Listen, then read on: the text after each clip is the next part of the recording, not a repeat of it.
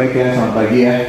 Selamat pagi, kita hari ini mau bicara tentang kelas ini ya, well completion walkover. Bahasa Indonesianya itu penyelesaian sumur dan kerja ulang. Baru pertama ya? Oh iya, baru pertama ya. Oke, TM 4103 nanti tujuannya di sini ya, nanti kalian belajar jadi completion engineer lah ya gitu ya. Nama saya Dato, nanti kalau ada apa-apa bisa ngubungin ke email aja ya, kalau nggak langsung ke ruangan juga nggak apa-apa. Selama pintunya kebuka silakan masuk aja. Ketok dulu sih ya.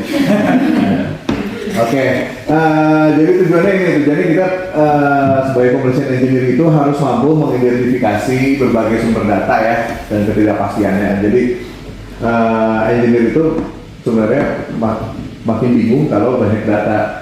Kalau makin sedikit data enak kayak gitu ya, asumsi aja gitu. Kayak di TechProt tuh nggak ada PWF ya, kita asumsi gitu ya, nggak ada yang kita. Kalau kebanyakan data malah bingung. Nah, jadi kita nanti belajar gimana cara memilih data gitu ya, sama asumsinya mana yang benar gitu ya.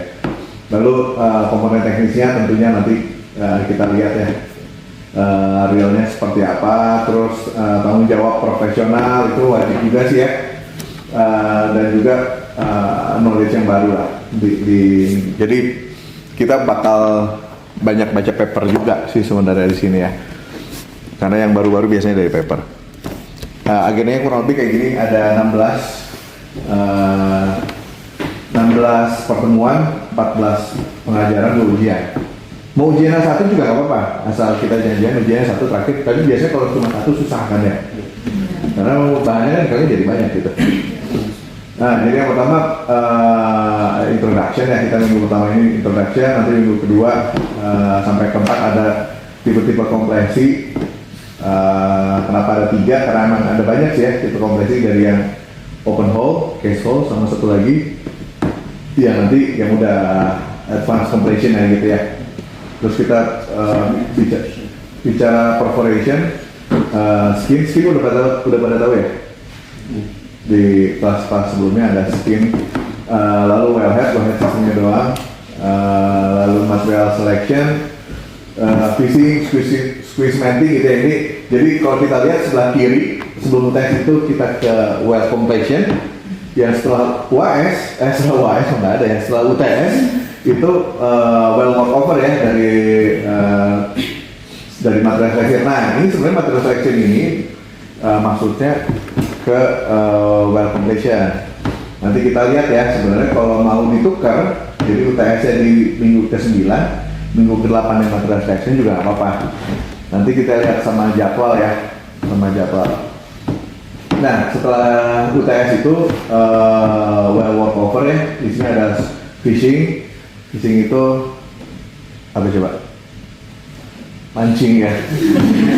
Ya, fishing nanti kita belajar ya, fishing kalau ada alat ketinggalan di dalam sumur gimana cara ambilnya. Lalu ada squeeze cementing kalau misalnya kita salah perforation gitu ya, cara benerinnya gimana gitu ya. Stimulation kalau misalnya kita butuh stimulasi sumur, bukan stimulation ya, nanti stimulation ada kelas sendiri sama Mas Ardi.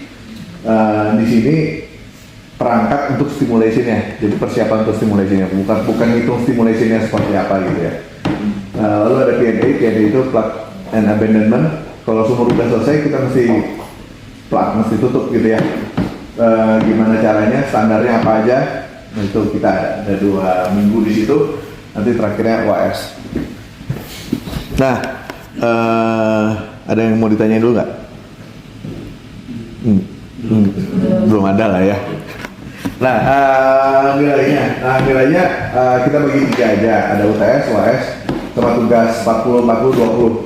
Bebas, kalau mau diganti boleh. Janjian aja kita mau berapa gitu ya. Tapi tentunya ada konsekuensinya gitu. Kalau kalian mau tugas 50% pun saya nggak apa-apa. Cuma tugasnya jadi banyak. Kan gitu ya, karena tugas 50% ya tugasnya jadi banyak. Sementara ini yang diusulin seperti ini, UTS-nya 40, UAS 40, tugasnya 20. Kalau mau UTS-nya 30, UAS-nya 50 juga nggak apa-apa, ntar lebih susah di UAS. Kalau UTS yang 50% ya nggak apa-apa juga, tapi lebih susah di UTS gitu ya. Yang bobotnya gede ya pasti lebih susah lah gitu ya. Karena dia bebannya jadi lebih banyak. Buku sebenarnya, kalau buku nggak banyak, cuma 2. Ada Jonathan Bellarby, buat Completion Design, sama Harriet Ward, buat Completion Handbook. Cuma ada lagi sih sebenarnya paper banyak ya. Kalau paper nanti sambil jalan aja ya kita ininya. Karena paper kan tiap waktu kan nambah gitu ya. Kalau saya pasang paper nanti dalam waktu 2 minggu lagi ada yang baru, jadi nggak valid gitu ya. Tapi kalau handbook sebenarnya kita bisa pakai dasar teorinya seperti apa gitu, jadi lebih gampang lagi. Kuliah hari Senin jam 10 sama Rabu kalau ada kalau ada apa sih namanya? Kalau bantu belajar itu tuh apa sih? Tutorial. Ya, kalau ada taman jika dibutuhkan ada tutorial. Rabu jam 11 ya, tapi jadwalnya Senin jam 10. Nah,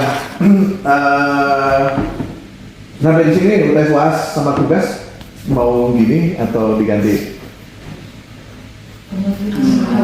Aman lah ya. Oke, sip.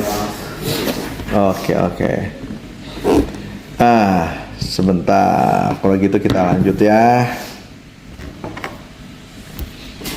Nah, kita interaksi dulu ya. Jadi kalau kita lihat nih, sebenarnya kompresi ini belajar gambar sih. Ujungnya kita mau lihat adalah skematisnya gitu ya. Nah, tapi apa yang harus kita masukin ya, contohnya ini. Karena kalau kita lihat dari apa gitu ya, apa yang harus dimasukin, apa yang dimasukin itu banyak sih. Kayak misalkan, sebenarnya kita masukin itu event, dan event itu berarti kapan ya? Kalau ini berarti dimasukin contohnya ini ya. Oh, ini bukan gede ya? Segini enggak ya?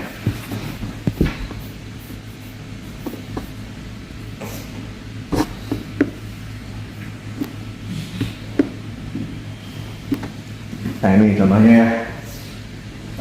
Kalau ini kalian dapat dari mana nih kayak beginian? Dari kelas apa nih? Dari drilling ya. Dari drilling kalian udah dapat ya. Jadi sebenarnya completion ini kelas-kelas sebelumnya kalian belajar ini karena di sebelum-sebelumnya nggak ada gitu ya. Contohnya ini drilling ya. Jadi kita dapat data dari mana? Dari drilling.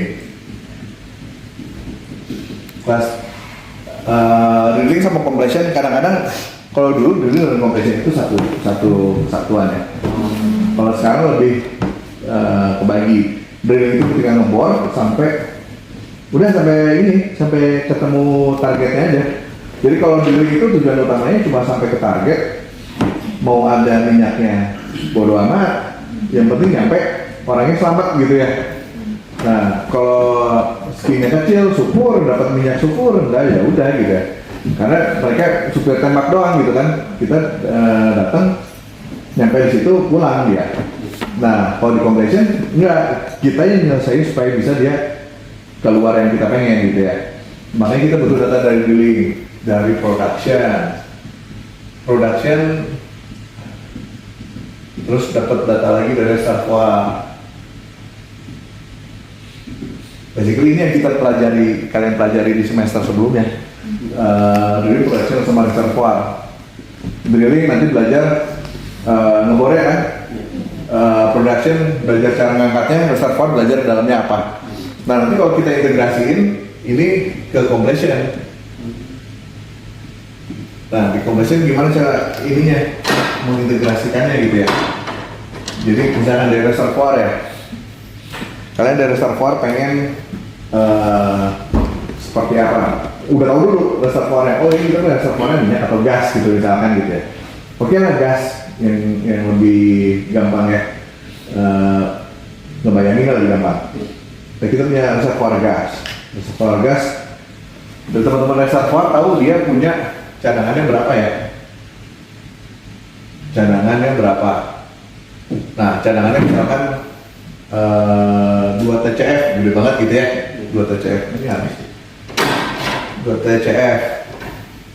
Nah, dari 2 TCF ini supaya bisa diproduksikan dengan baik, mereka punya ini kan, mereka punya skema nih, harus berapa yang diproduksi per harinya supaya pressure-nya nggak depleted, supaya airnya nggak banyak kan gitu ya di sini. Nah ini dengan production nanti keluar nih angka, misalkan sehari butuh 50 mm nih, million scarf per day, 50 mm misalkan. Dari 50 mm ini dari compression ini kita pakai, ini kan dari, jadi kalau kalian belajar IPR ya, ini dari tech press, ini dari tech prod nih gitu ya. Ini apa sih namanya, VLP ya, VLP yang sini IPR gitu ya. Sini kan PWF, di sini I ya. Nah di sini dapat nih, dapat ukuran size tubing size gitu ya. Tubing size ini kita nyambungin lagi sama drilling. Nah tubingnya masuk nggak ke lubang bornya gitu. Nah jadi nyambunginnya di mana? Di sini, di compression. Nah kita nyambungin. Jadi kita harus ini yang kita pengen tuh kurang lebih seperti itu. Gampangnya ya, kita bicara sederhananya aja dulu. Jadi kalau misalnya kalau nggak dibikin sederhana lebih males kan ya. Nah jadi kita jadi compression ini, nah ini baru enak ya. Oke, jadi compression ini ngegabungin dari drilling gitu ya, dan ngegabungin drilling, ngegabungin production, sama ngomongin reservoir. Nah, kita sebenarnya integrated nih dari semuanya. Tapi ntar gajinya nggak segede yang reservoir sih sebenarnya, sayangnya gitu. Lalu yang paling ribet ya. Ya oke lah ya. Nah tapi isinya begitu ya, jadi kita nggak mungkin, makanya kita butuh data banyak.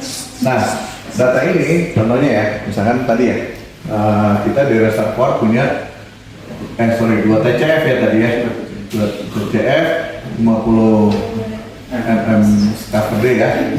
Ternyata butuh tubing katakanlah 4,5 inch gitu ya, 4,5 inch tubing. Nah dari 4,5 inch tubing berarti misalkan sumur kita dalamnya 4 kilo gitu ya. Wah kedalaman ya, misalkan 4.000 feet lah, 4.000 feet gitu ya, 4.000 feet. Nanti kan di drilling kan butuh tuh, kalian belajar ya yang kayak gini ya, casing setting depth. Ini butuh di kedalaman berapa gitu ya, butuh berapa casing string. Nah casing stringnya ini harus bisa nangkap yang 4,5, berarti yang paling dalamnya casingnya jangan sampai ini casing 5,5 gitu. Saya lihat terakhir casing 5,5 inch, nggak bisa, clearance-nya nggak masuk kan gitu ya, clearance-nya nggak masuk.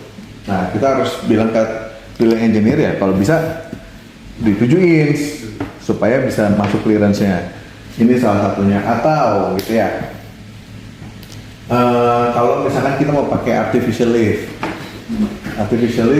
belum belajar juga ya, nanti bareng sama ini kan, sama semester ini artificial lift. Nanti di artificial lift bilang, Pak saya mau pakai ESP, saya mau pakai yang lainnya, itu butuh konfigurasi yang berbeda.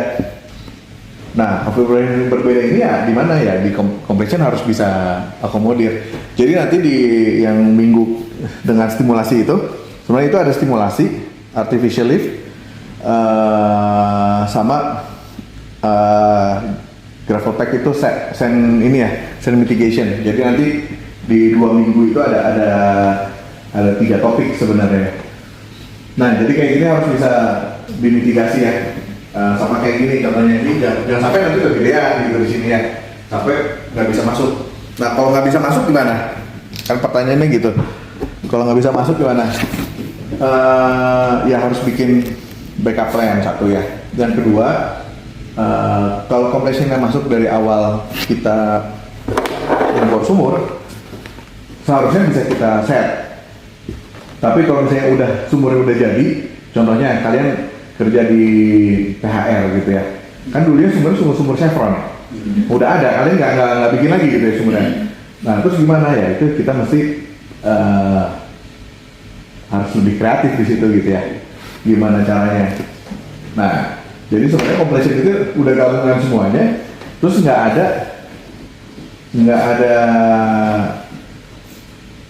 ukuran yang pasti.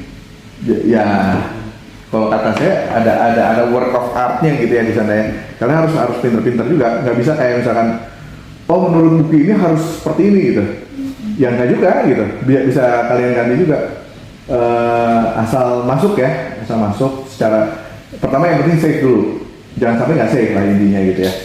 Safe sebenarnya ada topik integrity, cuma kelihatannya kita nggak masuk di sini. Saya juga nggak tahu di drilling ada nggak ya integrity ya. Nanti kalau nggak ada nanti saya cek lagi ya. Kalau misalkan nggak ada di kelas drilling kita bisa sisipkan. Tapi itu intinya kita harus bisa ngambil apa yang bagus gitu ya di situ ya. Nah itu kan sebenarnya masuk kemana? Itu sebenarnya masuk ke informasinya apa aja tadi ya. Nah terus kenapa kita masukin ya? Ya sebenarnya kenapa ya?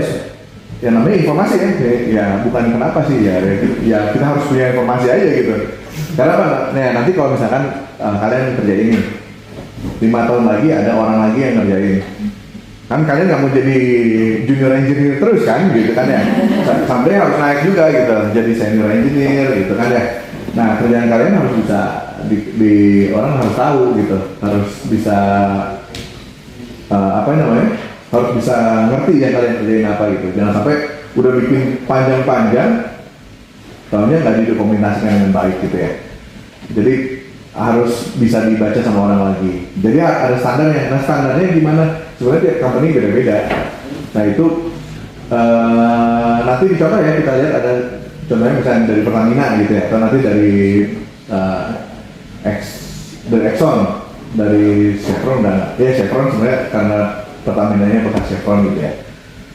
Nah nanti ada ya. Terus siapa yang naruh di situ? Yang naruh ya compression engineer.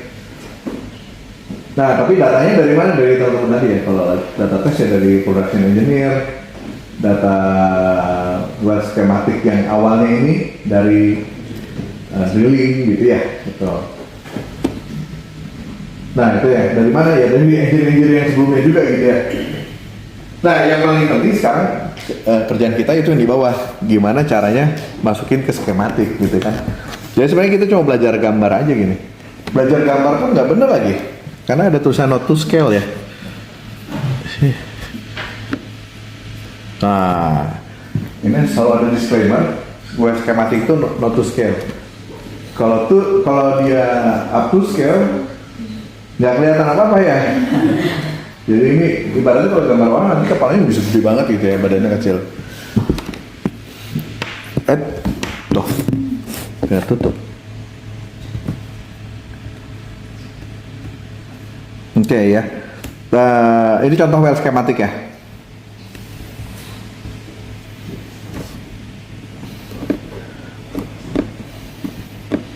Perusahaannya apa ya? Mungkin beda-beda ya. Ini saya lupa ini perusahaannya apa. Cuma ya ini salah satunya lah ya. Nih kayak misalkan ini ya. Yang di sini kita dapat dari drilling nih. Ini surface casing gitu ya. Ukurannya 30 inch. Ini ada size, ini ada depth ke dalamnya 306 feet per meter. Feet, benar. Kalau 1 feet, kalau 2 kalau meter M. M. Benar. Meter M. KBI ini apa nih? KBI itu kayak pusing. Sekarang udah nggak banyak orang pakai, cuma ini mungkin di ini nggak ya diceritain ya. Ini sebenarnya cerita sih. Jadi KBI itu dulu pusing itu dulu itu bentuknya nggak kayak sekarang gitu ya. Jadi tempat muter kan kebor itu kan diputer ya. Nah muternya itu tempat muternya itu ada di tengah. Namanya di sini rotary table. Nah masukin ininya ya, tubingnya di sini atau tubularnya lah. Nah ini namanya Kelly busing. Makanya dibilang Kelly busing elevation.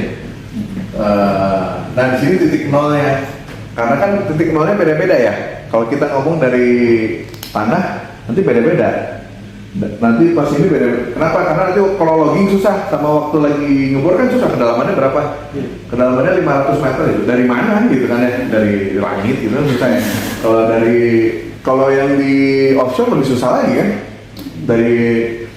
Dari kalau yang di darat ya, dari tanah oke lah ya. Kalau di offshore tanahnya di mana gitu kan? Jadi kita standarnya pakai namanya kelly bushing. Nah sekarang udah nggak muter lagi nih, udah nggak ada lagi rotary table-nya, diputarnya di atas, pakai namanya top drive. Tapi tetap aja yang titik nolnya harus ada kan. Nah itu kita sebutnya KB jadinya, kelly bushing. Tetap ada di situ. Walaupun secara fisik ini udah nggak ada. Dan ini juga mungkin di rig 4 sama dengan rig 4. Cuma tetap kita bilangnya kelly bushing. Nanti ini kepake nih buat teman-teman petrofisik biasanya. Teman-teman petrofisik kalau mau analisa kedalamannya harus samain. Ya, ini contoh sumur yang sudah plug and abandon. Tahu dari mana nih kira-kira? Kalau yang udah di plug. Nah ini ada semen-semen ya. Nah jadi warnanya gini, ini semen gitu ya. Ini semen gitu ya, warnanya udah abu-abu gitu ya. Atau kadang-kadang hitam, bisa juga tergantung company-nya, ada yang hitam ada yang abu-abu. Nah di sini warna merah, ini ada perforation ya kayak gini ya. Perforation. Warna hijau biasanya apa nih? Kalau pertama kan warnanya hijau, merah, sama biru kan? Nah kalau hijau apa tuh? Apa? Minyak, benar. Kalau merah? Gas. Kalau biru? Air. Kalau pertamina banyak kan merah, biru atau? Biru. Banyak kan air yang berarti ya pakai bentuknya ya. Nah kalau misalkan hitam ini apa nih hitam? Kira-kira? Kalau ini semen berarti ini udah ditutup. Udah ditutup. Dari bak. Kalau putih apa nih? Putih nggak tahu ya. Dia juga nggak tahu, nggak ada keterangan juga. Kemungkinan dia perforation tapi nggak ada isinya. Bisa jadi kayak gitu. Nah, nanti dikasih tahu nih. Karena ini kedalaman ini ya, ini semen plug nih 40-20 sampai 40-50. Berarti sampai di sini ada semen gitu ya. Ini perforation 1 kedalamannya sekian harus ada, perforation 2 harus ada. Biasanya ada ininya keterangannya gas oil. Sebenarnya kalian berarti lihat ini aja gitu ya. Terus ini ada kayak begini, ini apa nih? Kita bisa baca, oh ini semen retainer gitu ya, 40-50 gitu ya. Terus di sini ada lagi perforation 6. Nah di sini ada plug lagi gitu ya. Jadi sebenarnya dengan kayak gini kalian udah bisa baca cerita gitu ya. Oh ini sumurnya udah ditutup dulunya, dia punya perforation berapa banyak, dia dulu sempat produksi minyak, sempat produksi gas gitu ya. Dia ukurannya berapa, ini ukurannya kok nggak ada ukurannya sih? Oh ini projection casing 925. Nah ukurannya 925, berarti ini gede, casingnya 9 inch. Tubingnya berapa? Nggak ada, karena udah dipakai abandon, jadi nggak ada tubingnya. TD-nya di berapa gitu ya. Intinya nanti kalian akan belajar itu sih sepanjang setengah semester awal belajar ini, sisanya baru workover. Oke, ini contoh skematiknya lagi, ada yang bentuknya kayak gini. Ini bukan skematik ya, ini narasi gitu ya. Nah, kalian harus bisa bikin skematiknya juga gitu. Kenapa bentuknya kayak gini? Saya juga nggak ngerti kenapa orang dulu suka banget bikin narasi gini. Emang lebih detail sih ya. Cuma kita ngebayanginnya susah ya. Apalagi kalau punya banyak event gitu ya, satu sumur dibuka, ditutup, pindah lapisan. Kalau kayak begini kan, ya kalau saya sih pusing gitu ya. Kalau saya sebagai engineer kayak gini ngapain dulu coba? Saya minta junior saya buatin skematiknya. Nah, pengennya kayak gimana? Pengennya kayak gini. Kalau saya sih pengennya kayak begini, gitu ya. Ini tahun berapa? Tahun 1, 2, 3, 4 lah. Anggap aja gitu eventnya.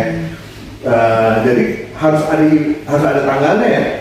Jadi kalau skematik itu harus ada tanggalnya. Kalau nggak ada tanggalnya, bisa kapan aja gitu. Well event 1, well event 2, well event 3, well event 4. Di sini kita bisa kelihatan. Oh, pertama dia ngebuka di sini. Ada tulisannya di sini wet nih. Wet berarti ada water sama oil. Kalau wet berarti banyakkan airnya gitu daripada oilnya. Jadi ditutup sama dia. Terus dia tes lagi gitu ya. Dibuka, kasih tubing, kasih kayak gini pompa nih biasanya. Kasih pompa, tapi pompanya, oh ini ada di ESP ya, pompanya water cut 3,5%. Dibuka, buka lagi gitu ya. Terus habis itu nambah lagi perforasi di atasnya di tahun 2007. Ini bulan 3, ini bulan 8 tambah lagi perforasi. Di tahun yang sama ini ternyata banyak nggak kuat ngangkat nih kayak gas lift, ini ditambahin apa sih namanya mandrel gitu ya, dibuka, mandrelnya dibuka ya kayak gitu. Tapi jadi ada eventnya. Tujuannya apa? Tujuannya biar bisa cerita sih. Nanti setelah ini yaitu buat yang junior, yang bukan junior ya, yang setelah kalian menggantikan gitu ya, menggantikan kalian ya harus tahu ini eventnya gimana. Sama yang kedua supaya kalau ada yang salah gampang nih kita ininya, kita analisanya. Misalkan ya tiba-tiba kita udah tutup nih semua, terus tapi kok airnya masih banyak gitu. Nah, jadi kan kemungkinan ada bocornya nih. Bocornya di mana? Kalau kita punya skematik kayak gini, bisa dikira-kira semen itu lebih susah bocor daripada packer gitu misalkan ya. Packer apa semen apa nanti ya. Nah, berarti ya packernya harus mungkin nggak sebagus itu gitu ya. Itu sering nanti di lapangan kalian bakal banyak banget ketemu yang seperti itu, yang banyak bocor. Gak tahu gimana gitu caranya. Oke, sampai di sini ada pertanyaan nggak? Nggak ada ya. Oke, mungkin kalau nggak ada pertanyaan berarti kita kuis ya. Nanti kuisnya di sini bisa di apa sih namanya? Bisa di scan aja. Kuisnya nggak banyak-banyak. Jadi nanti tiap habis topik kita bakal ada kuis ya. Tiap habis topik ada kuis, tiap kuisnya nanti diambil 5 terbaik lah. Jadi nggak semua di. Jadi kalau misalnya ada 10 topik gitu ya kalian belajar 5 aja gitu yang benar. Yang sisanya nggak usah diisi juga nggak apa-apa ya. Gitu ya. Oke, kalau nggak ada yang mau ditanyain dulu nggak? Nggak ada. Oke, kalau nggak ada mungkin sampai minggu depan ya. Thank you ya, terima kasih. Thank you.